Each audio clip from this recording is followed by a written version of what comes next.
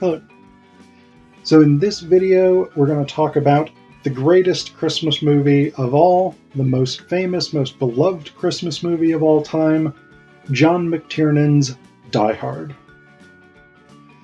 Now, I recognize that there's a great ironic tradition of saying that one's favorite Christmas movie is Die Hard. It's probably been said often enough ironically that it's now no longer ironic. It's probably worn through the irony, but nonetheless, it is actually an interesting movie that on the surface seems like a fairly stupid 80s action movie, but it's actually there's a lot that's going on there that's really interesting. So, I mean, on the surface, as a Christmas movie, it's a Christmas movie in the sense that John McClane, played by Bruce Willis, is going to visit his family for Christmas. So the whole thing sort of revolves around a trip for Christmas specifically. And so in that sense, there's the Christmas element of it, but I actually think the Christmas component is deeper. It's more unintentionally interesting because if we think about the premise of the movie, right? So John McClane, New York City, police detective or police officer, goes to LA to his wife's business in Nakatomi Tower for the Nakatomi Corporation. Nakatomi Tower gets attacked by a group of international terrorists who are there to steal bearer bonds, as we find out toward the end of the movie. And John McClane fights the terrorists off, including Hans Gruber, played by the incomparable Alan Rickman.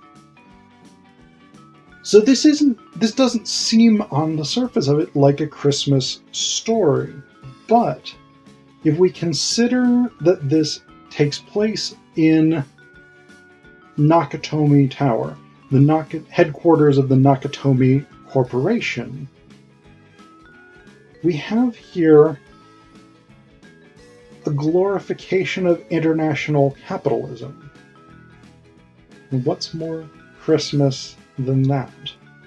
I mean, after all, if you think about even the sort of myth of Christmas, that Santa is up in the North Pole and his elves make all the toys and deliver them around the world, etc., etc., we have here the very model of international capitalism. We have here mass production in one location and then global distribution of product. So Nakatomi is, in effect, that sort of thing. We have here a representative of global capitalism, a Japanese corporation headquartered in Los Angeles with American and Japanese executives working side by side. And so we have a parable of good capitalism under the Reagan years. We have here the Nakatomi Corporation, which has tremendous wealth, as we find out. But then we also have Hans Gruber and his group of terrorist criminals. Nakatomi, the Nakatomi Corporation, implicitly has a right to the bearer bonds that they are holding. They implicitly have a right to the wealth that they have generated via international capitalism, whereas Gruber and his associates do not have a right to that. And so we have here a parable of ownership, a parable of the legitimacy of capitalism. And what we ignore in that, or what we repress in that, is the exploitation of workers.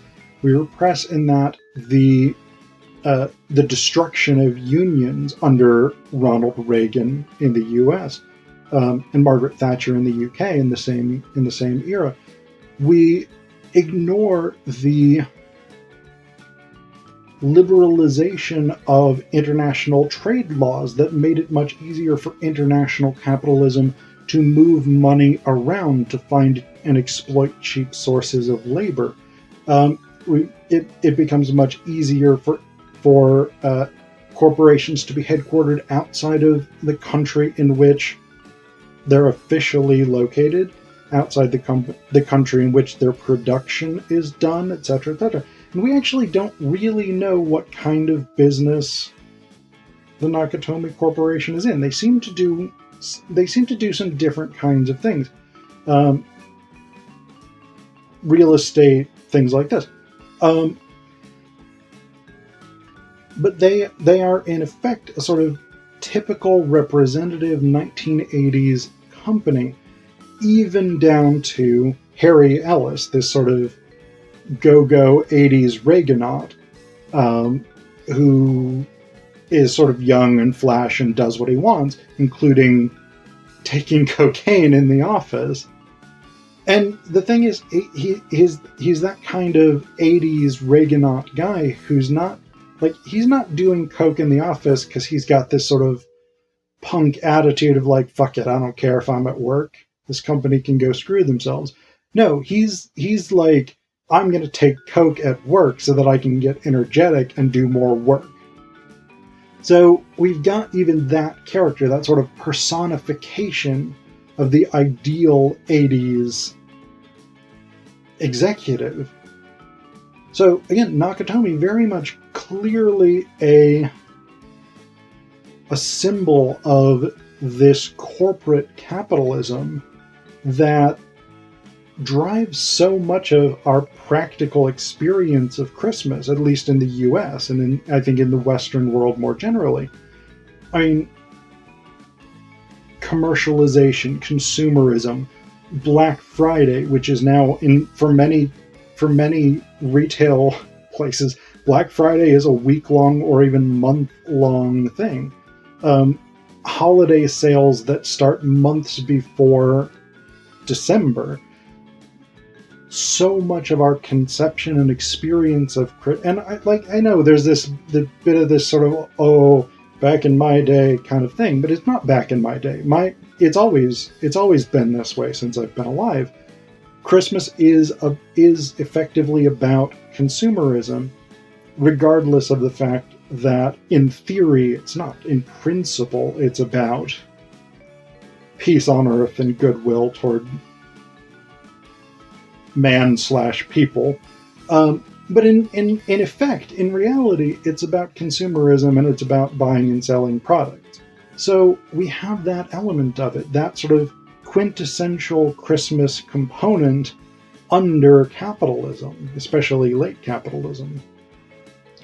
But then the other thing that we've got that's really quite interesting about Die Hard is the self-consciousness of its action hero individual persona. I mean, at one point, after McClane has killed one of the guys and gotten it, or actually I think he kills two of the guys, but he steals a radio from one of the guys, walkie-talkie, and he's talking to Hans Gruber, and Gruber's trying to figure out who he is. Gruber posits this particular figure, an American raised on action movies, cowboy movies. I think the phrase that Gruber uses is something like another bastard child of a bankrupt culture.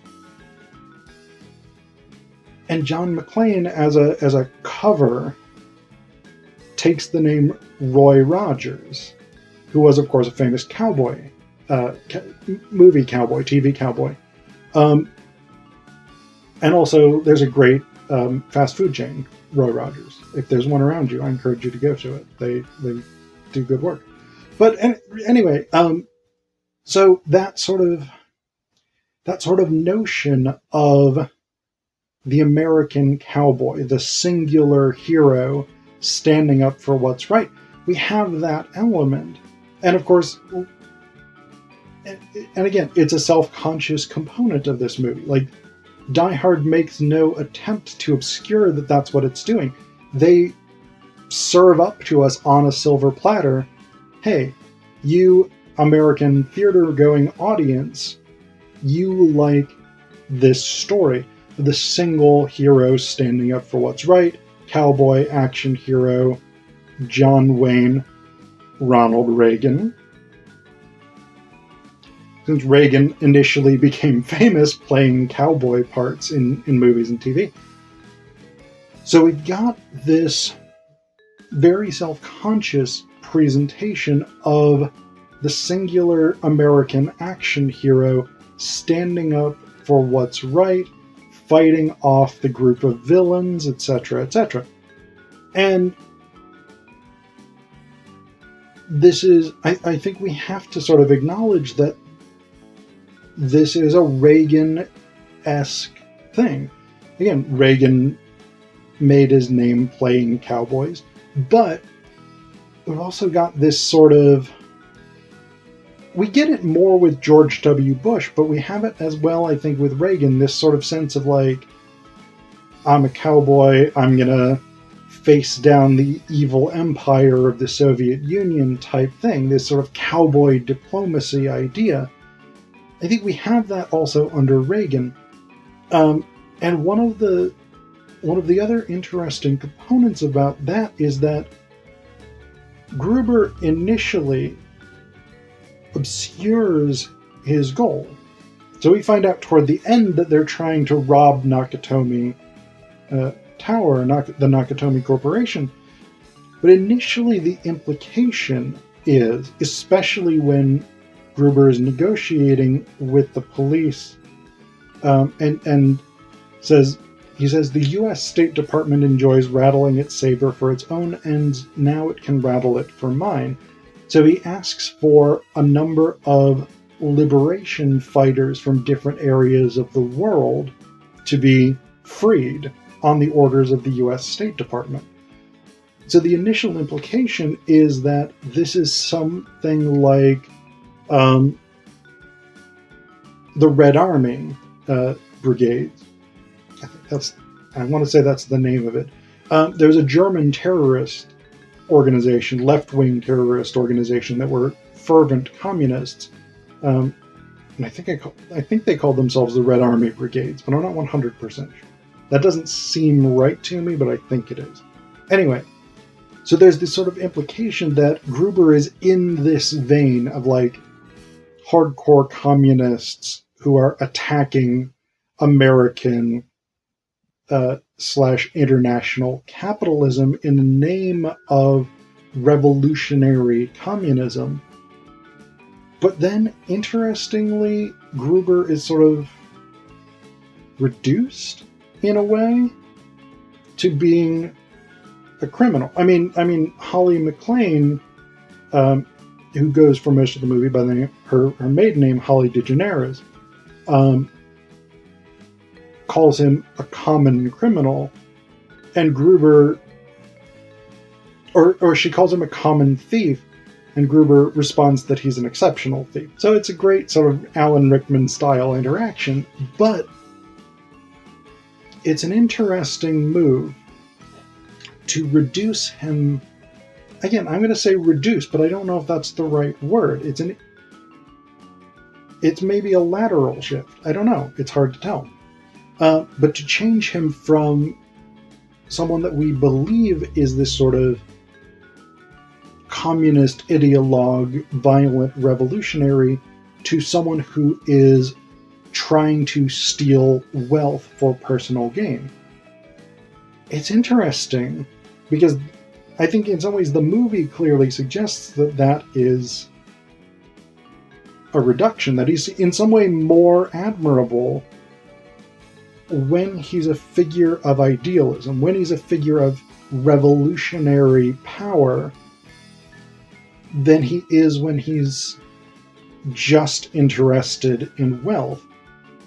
But the reason that's a really interesting shift is because when he's a thief, when he's reduced to just trying to steal the bearer bonds, he's much more aligned with international capitalism.